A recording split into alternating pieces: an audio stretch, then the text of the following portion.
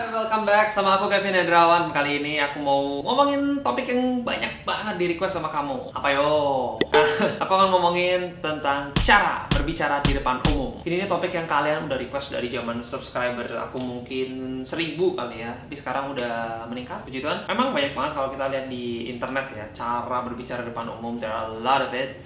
Tapi ini adalah versi aku sendiri. Ini adalah versi real yang gak usah dibuat-buat. Yang pertama itu tahu materinya dulu. Mau ngomongin apa. Jadi ngomongnya jelas, gak bertele-tele. Tapi biasanya kalau anak-anak ya, seperti usia kalian yang nonton, itu biasanya kalian justru merasa deg-degan kalau ditunjuk. Misalnya di sekolah, ditunjuk suruh maju, suruh nyanyi, ditunjuk di pensi. Ini tipsnya nih. Kalau kamu ditunjuk mendadak, itulah ujian buat kamu sebenarnya. Aku nggak bisa kasih tips yang detail, nggak ada teorinya. Karena apa? Ketika kamu ditunjuk secara mendadak, itulah dimana pengetahuan kamu diuji. Makanya jadi orang itu banyak-banyak baca, banyak-banyak nambah wawasan, banyak ikutin berita. Jadi ketika ada hal yang kayak gitu, kamu itu udah siap. Kamu nggak lagi deg-degan karena sebenarnya udah mengalir aja ngomong gitu.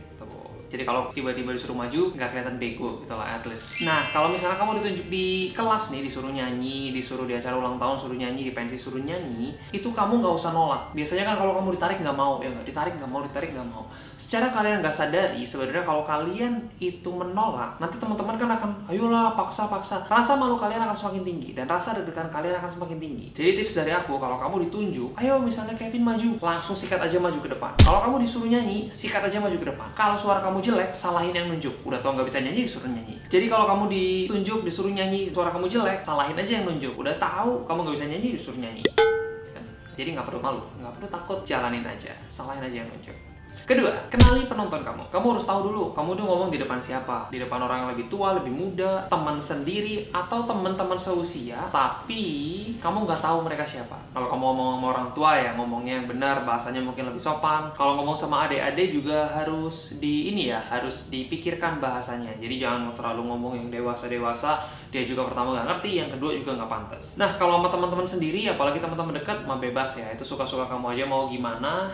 Kamu pasti lebih tahu daripada aku. Kalau anak-anak seumuran, tapi kamu itu bukan orang lama, jadi kamu orang baru di situ. Kamu harus perhatikan cara pembawaannya dan gak usah terlalu so asik. Karena biasanya kalau terlalu so asik, malah orang-orang itu kayak enggak banget gitu. Jadi just behave aja, tetap kelihatan cool, nggak apa-apa, tapi nggak usah terlalu over. Yang ketiga, percaya diri. Meskipun kamu nggak prepare, meskipun kamu ditunjuk mendadak, kamu harus pede aja. Karena pede adalah kunci utama. Pede itu the golden key. Karena kalau kamu nggak pede, nanti kamu maju akan gugup. Megang-megang tangan, kalau nggak tangannya gerak-gerak sendiri, itu karena kamu nggak pede. Pede aja lagi, karena sebenarnya mereka juga penonton, kadang-kadang nggak terlalu peduli sama yang maju. Cuman yang maju ini terlalu memikirkan, terlalu deg-degan banget, jadi sebenarnya dia kayak, aduh gue salah nggak ya, padahal sebenarnya penonton juga nggak peduli amat gitu. Jadi mendingan sikat aja. Yang keempat, latihan dulu. Nah, tips ini bisa kamu pakai kalau kamu emang ditunjuk, misalnya, Kevin, bulan depan atau minggu depan kamu kasih pidato ya, kamu mungkin diundang jadi pembicara ya. Nah, kalau kamu tipe orang yang harus prepare dulu, itu kamu buat dulu catatan-catatan kecil, atau mungkin kamu latihan dulu di depan kaca, dulu, pura-pura ngomong, bayangin seolah-olah, oh ini penonton di depan, rasain feel-nya.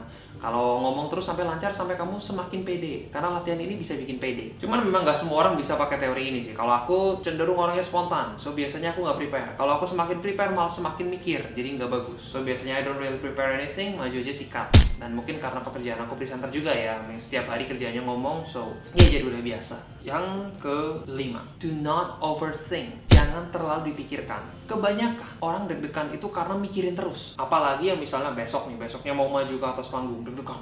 Aduh besok gua perform.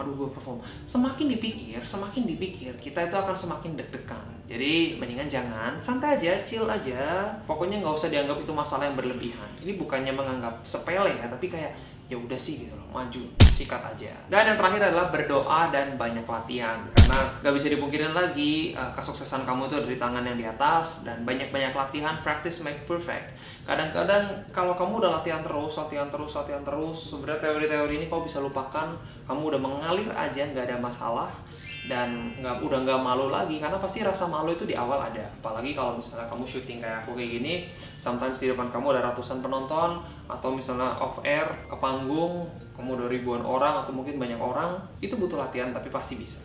Oke, itu aja tips dari aku, mudah-mudahan bermanfaat. Dan coba komen di bawah ini masalah kamu biasanya kalau maju ke atas panggung itu apa. Jadinya aku bisa tahu kira-kira kamu masalahnya seperti apa.